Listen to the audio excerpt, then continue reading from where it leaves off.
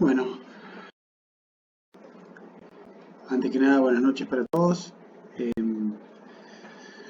La idea de esto es continuar con este video, ¿sí? Que habíamos quedado, que eran de tips para nuestras primeras urgencias, ¿sí? Con la misma carátula, porque estamos hablando particularmente de lo mismo. Lo que vamos a hacer ahora va a ser hacer cosas, hablar de cosas un poco más puntuales, ir adentrándonos más a distintos temas. Espero que pueda ser cortito el video, no tan largo, de no más de 20-25 minutos para poder directamente hacer eh, que sea fácil de acceso y fácil de ver, ¿sí? Una de las principales cosas, como les decía, es que nosotros en el lugar de trabajo tenemos nuestro triage, está pegado en la parte, en la ventana que da hacia afuera, que da así en la sala de espera en dos partes, porque esto relaja mucho a la gente, o por lo menos hace que se ubiquen solos las personas en esas distintas tres categorías. Nosotros lo clasificamos así. Eh, Hay muchos triage. Esto es, como les decía, un triage que es para la gente. Y eh, esto lo tienen que entender desde la persona que está atrás, el médico veterinario que atiende, el que no atiende a pacientes, sea personal de limpieza, sea personal de secretaría, administrativa, o sea, todo el mundo lo debe entender porque son las personas que pueden salvar una vida cuando reciben a alguien, digamos, y adelantar cierta atención, ¿sí? Nosotros le pusimos inclusive prioridad uno, 2, 3, como se ve ahí, y con ejemplos que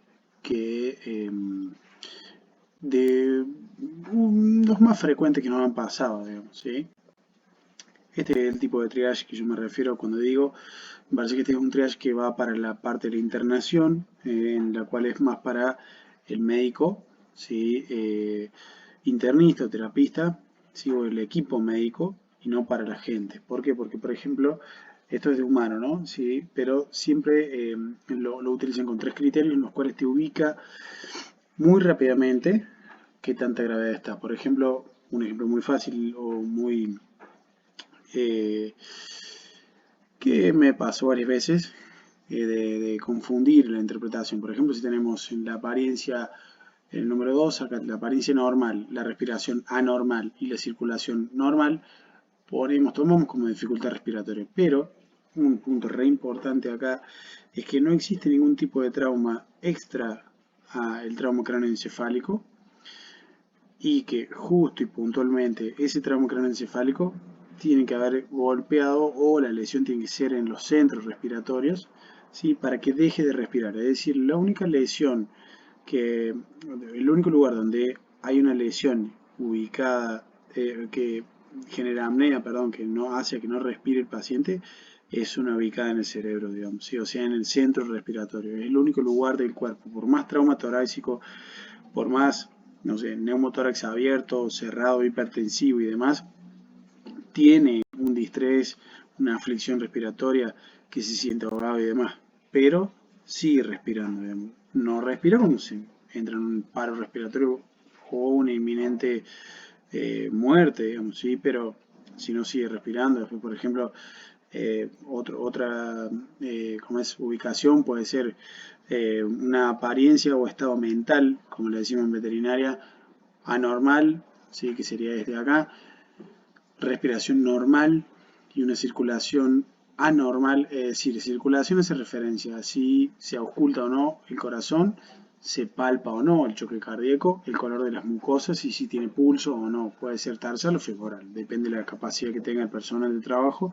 es la ubicación que vamos a hacer rápidamente. Después hay miles de cosas que podemos hacer, pero esto es algo rápido, digamos, y esto se utiliza para ubicar rápido a nuestros pacientes, están graves o no, o están estables y demás, ¿sí? Después la escala de mantenimiento del paciente durante la internación y demás, podemos hablar de muchas y lo vamos a ir viendo en el correr de este curso, digamos, ¿sí?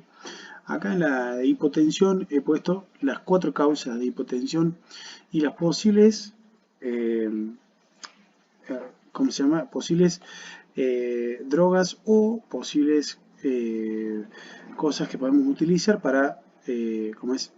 para cortar o contrarrestar ese efecto. Como lo es la hipovolemia, podemos utilizar cristaloides, ¿sí? Eso puede ser cristaloides de solución salina hipertónica o hemoderivados. Los hemoderivados están porque, por ejemplo, en un shock hipovolemia propiamente dicho, es decir, que sea por una exsanguinación y demás, sí o sí es fundamental poder tener un hemodiderivado porque si no, no va a generar esa respuesta que nosotros queremos y demás. Y una cosa re importante, a modo de dato, que voy a ir tirando ideas, cosas que se me van viniéndole a la cabeza en cada tema. Por ejemplo, en una exsanguinación o en un paciente con shock hipovolémico, hemorrágico o por anemia, por ejemplo, aguda, porque la crónica es diferente, pero el agudo, si uno hace una transfusión rápida, ¿sí? Sin utilizar una fórmula o pasándolo rápido, que me pasó muchas veces, que hacíamos transfusiones a un goteo muy rápido y el paciente, yo decía, bueno, perfecto, necesita sangre, le estoy reponiendo sangre entera, que recién la sacamos, sangre fresca, y ahí tenemos un gran problema, porque al pasarlo rápido, el citrato que tiene la bolsa genera que el calcio sanguíneo, es decir, baja las concentraciones de calcio y te da una hipocalcemia y te da por ende un paro cardiorrespiratorio. Un paro cardíaco y después termina un paro cardiorrespiratorio. Por ende se muere si no lo prevemos o no lo resolvemos. Otro punto es que la sangre fresca siempre es mucho mejor que la sangre ya acumulada 10, 12 días, 15 días. Y lo correcto sería poder separar, entonces pasar un concentrado globular, un concentrado plaquetario o plasma, en caso que necesite, ¿no? Pero, ¿por qué no es tan buena la sangre entera? Porque no se conserva tanto tiempo como debe ser. Y se ha visto en medicina humana que los pacientes que utilizaron sangre no fresca, es decir, sangre refrigerada de más de 10-15 días, tenía mucha concentración de factores inflamatorios y mucha cantidad de potasio, muchos electrolitos extra que generan un problema cuando están en gran cantidad. Y sí es fundamental e importante entenderlo para no confundir, digamos, ¿sí? Y la solución hipertónica ya no es al 7%, ¿sí? Y debería ser ¿cómo es?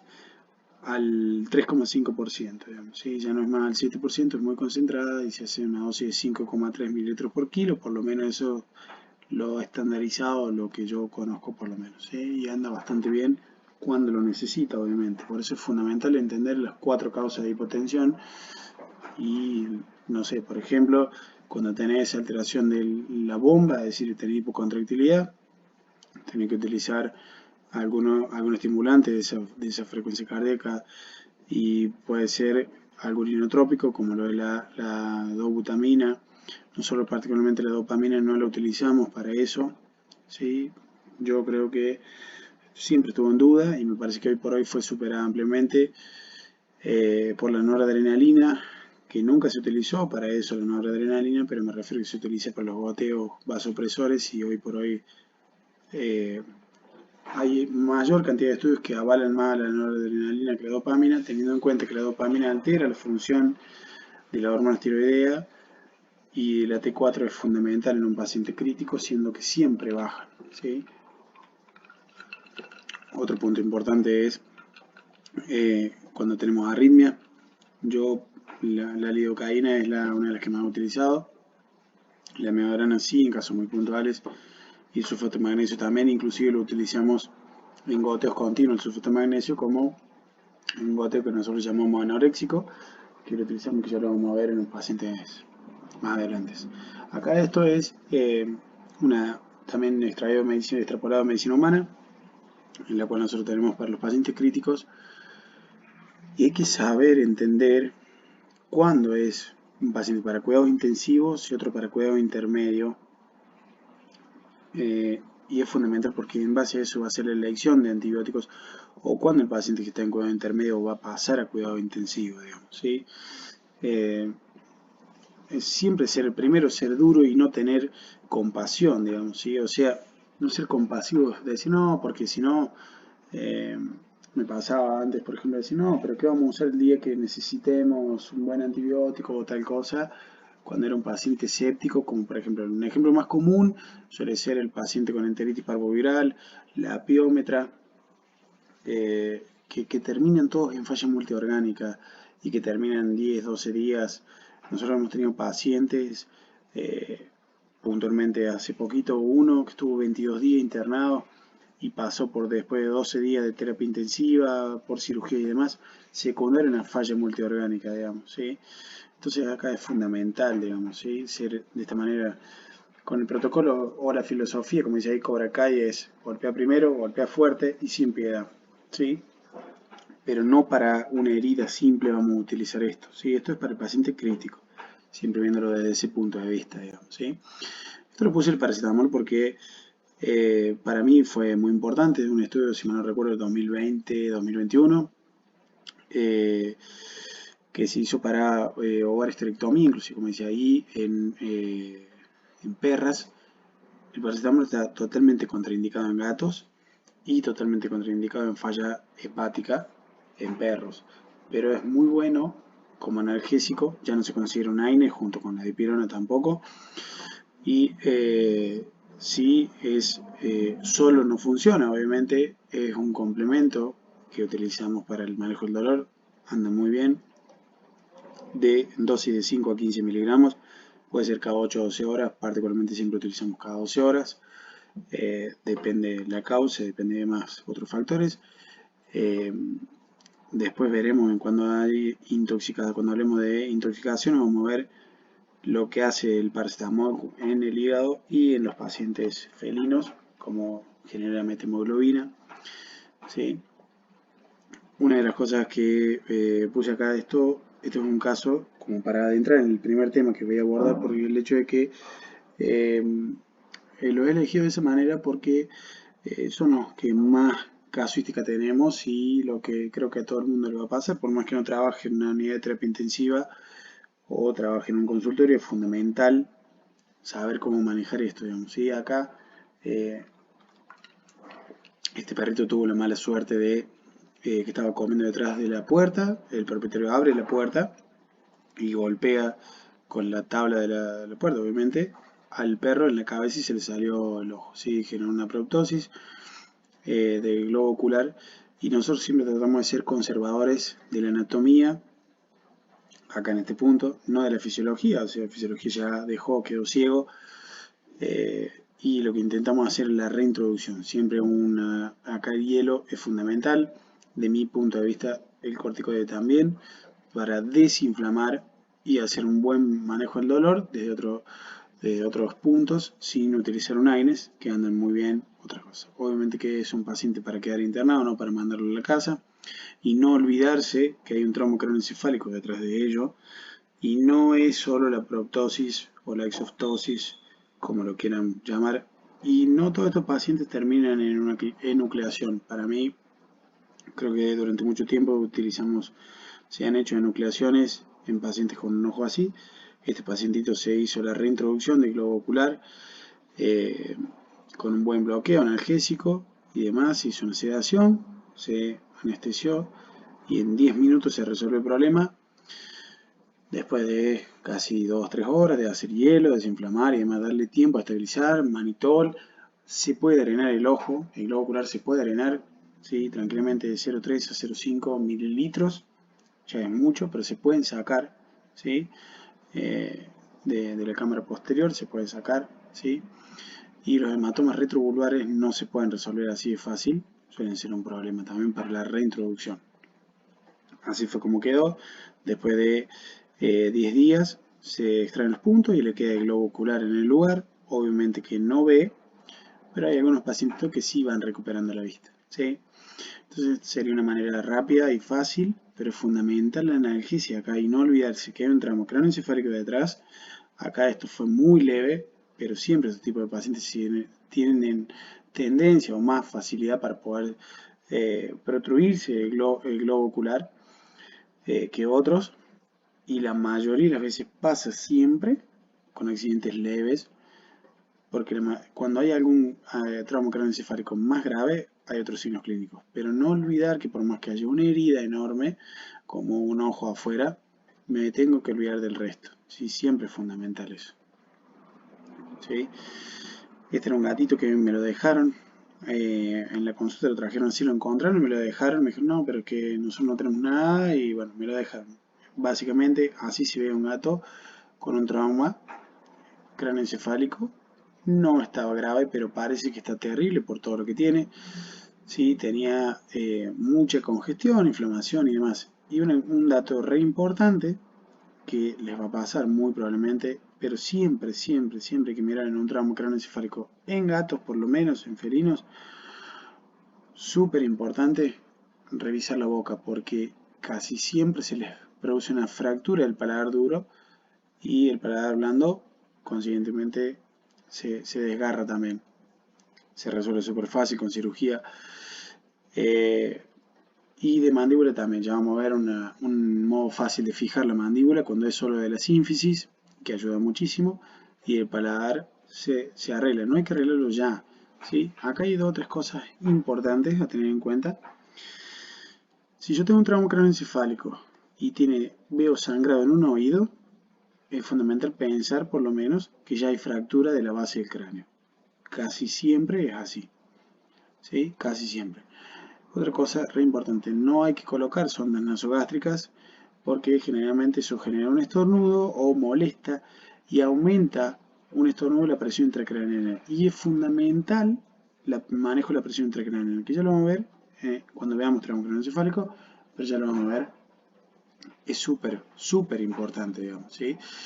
Y otra cosa es, bueno, el manejo de la posición de la cabeza. Este gato estaba súper consciente, pero tenía muchísimo dolor.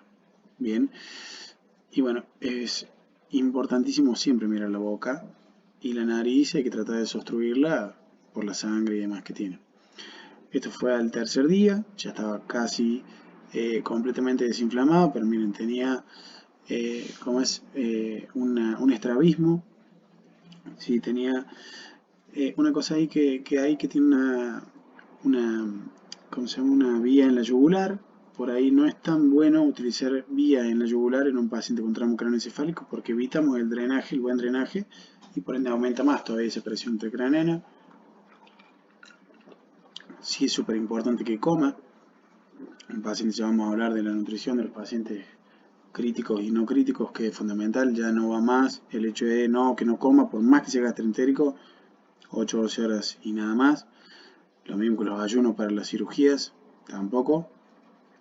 Esto es el instrumental para hacer la faringostomía, que lo veremos bien cuando hagamos un apartado de maniobras quirúrgicas, pero acá va a ser fundamental poder hacerlo de distintas maneras, y eso es una sonda comercial de tipo urinaria humana, pero que es súper difícil conseguir, que no hay, pero es reemplazada tranquilamente por otra, una K29, K30, para hacer la faringostomía, ¿sí? Y lo que hacemos nosotros con las otras sondas, le cortamos la punta y le adosamos un catéter 14 y anda súper bien. Es fundamental que la sonda nasogástrica o nasoesofágica, cuando la haces en un gato, no en este caso, pero cuando la haces en un gato, siempre no se recomienda porque tiene muchos receptores del vómito en la garganta del gato, por ende vomita, y si lo haces hasta el estómago, va a vomitar sí o sí, la va a escupir y va a repetir. El perro no es así, entonces podés llegar hasta el estómago, inclusive es parte de la terapia de descompresión intraabdominal de un paciente gastroentérico. ¿Sí? Pero en el gato, si vos medís para hacer tanto la faringostomía como la nasogástrica, cuando la haces, ¿sí? La diferencia entre una y otra es que necesitas anestesia, y lo vamos a ver bien, pero es que sí o sí hay que medir hasta el esófago, no más adentro, digamos, ¿sí? Esta es la del modelo comercial, ¿sí? Y esta es la que nosotros adaptamos a un catéter, ¿sí? Lo suturamos, lo fijamos igual, puede estar 3 semanas, normal, no hay drama. Esta pinza es fundamental para hacer esta maniobra, que es la faringostomía. Recuerden que por ahí pasa la yugular, ¿sí? Con sus dos ramas, y accidentalmente la podemos cortar, ¿sí? Y tener un gran problema. Entonces es una de las complicaciones que podemos tener, así que deberíamos evitarlo. Y demás, sí, este es un pacientito que no era con trauma, pero como está bictérico, ya vamos a ver cuando veamos el gato amarillo y vamos a ver un par de cosas a charlar un poco al respecto. Acá hay un par de videos de cómo colocar sonda nasogástrica. Acá este perrito es fundamental no sedarlo, ¿sí? Y esa es la ventaja que tiene la nasogástrica. y sí se le coloca lidocaína en la nariz y es fundamental el reflejo de glúteo para evitar que entre la tráquea. ¿Cómo confirma que esté o no? Abrís la boca con un baja lengua, te fijas si está la laringe, está sonda o no. Podés hacer la prueba de colocar un poco de aire con un estetoscopio en la panza, en el abdomen y ocultar el estómago si está, si siente o con flujo, con volumen, que lo vamos a hacer con el gatito. Y vamos a ver que, bueno, mira, ahí está haciendo vacío la jeringa, así que eso indica que estamos en el esófago, porque estamos en vía aérea, viene aire obviamente, y en el, como decía en este gatito, probamos con el flujo, con volumen.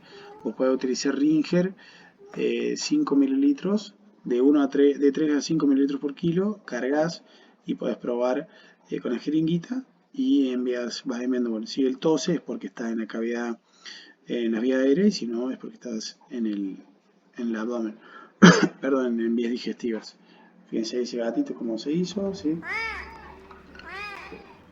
Como estábamos probando el vacío, inclusive después lo que hacemos es una fijación, utilizamos la gotita, es un pegamento adhesivo muy bueno, solo que el metacrilato es súper es de secado rápido, de fraguado rápido, pero muy caliente, entonces por ahí quema un poco y cuando lo sacas te llevas mucho pelo. Puedes hacer fijación con puntos si no hay problema, y después hicimos una vuelta en el cuello y estamos haciendo la prueba del volumen para ver dónde estamos. Suave generalmente, y vemos cómo él no responde eso, es porque estamos en vía digestiva, está bien colocado. ¿Sí? Otro punto importante acá es, como un ejemplo y como último antes de terminar, cómo es un paciente con trauma leve, pero tiene una herida súper severa. Acá que va a ser fundamental manejar el dolor antes que mirar la herida.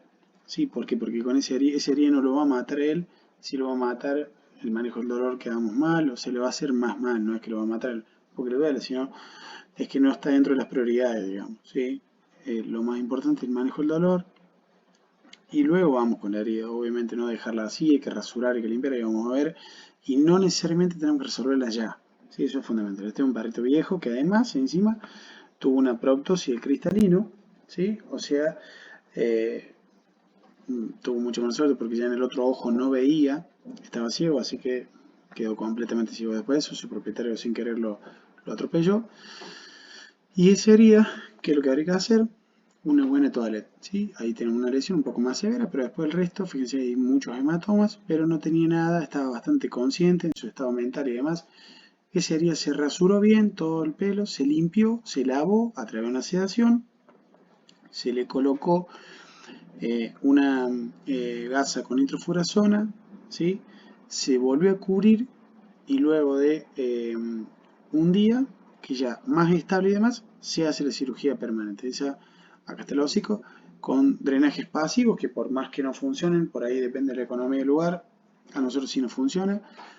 Su cirugía, como quedó, de manera permanente, se sacan los drenajes pasivos a los 2 o 3 días, y obviamente siempre es fundamental un buen vendaje, ¿sí?